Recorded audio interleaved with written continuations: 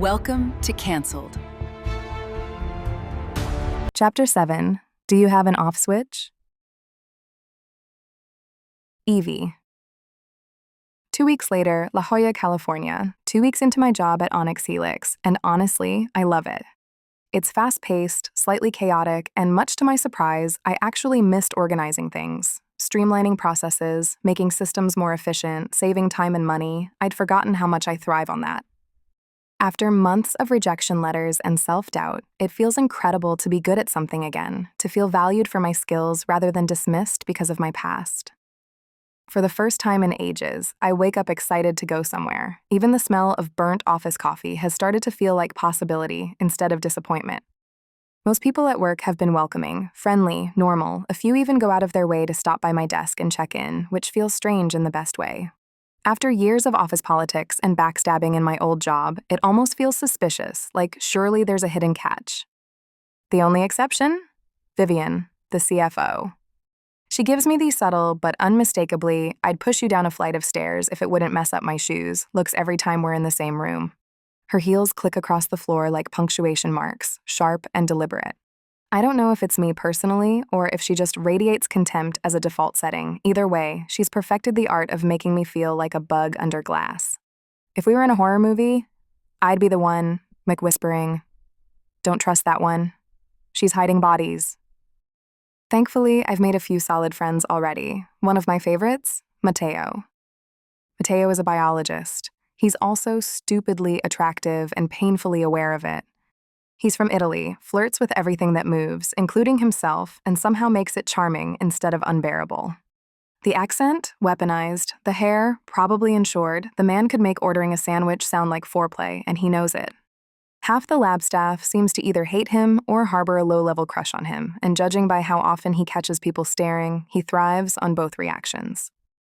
We're sitting at lunch with a few coworkers when the conversation drifts to workouts. Evie, you work out? Someone asks casually. Yeah, I say. I try to stay consistent. Strength training, cardio, some yoga. Matteo gasps like I just confessed to being royalty in disguise. He slaps a hand over his heart, full soap opera. Evie, this explains everything. I narrow my eyes. Explains what? He waves a hand vaguely at me, like he's summoning Michelangelo's ghost. Your strength, your presence, the way you walk into a room and make the sun question its purpose. You are powerful, yet soft, like a perfectly ripe peach. I stare at him. Did you just compare me to fruit? Not just fruit, Bella, the best fruit, the kind that inspires a sculpture. Men would go to war over this fruit. History itself bends around fruit such as this. If Romeo had met you, he continues, deadly serious, he would have thrown Juliet into the Adriatic without hesitation. I snort my drink up my nose and start coughing. You are unhinged. He winks. Unhinged Lily Handsome. One of our coworkers groans, and somehow this works for him. Because I am a gift, Matteo says, gesturing at his face with both hands like it's a museum piece. A generous, shirtless gift. Please don't take your shirt off at work again. Someone mutters. We had to file a report. Only because HR has no taste. He fires back. Oh, the table erupts in laughter, and I catch myself smiling so hard my cheeks ache.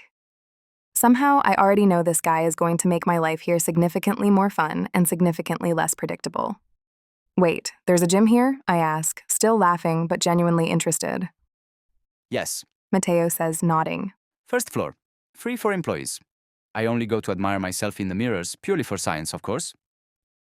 Of course, I deadpan. The others confirm the gym is fully equipped and actually pretty nice. One even mentions yoga classes on Tuesdays, which makes my ears perk up. After weeks of trying to piece together a new rhythm for my life, maybe this could be the start of a routine that feels good again. All right, I say, making a mental note. First thing Monday morning, I'm starting. Matteo leans back, studying me thoughtfully. Evie, I do hope you will warn the gym beforehand. They must prepare for your presence. I raise a brow.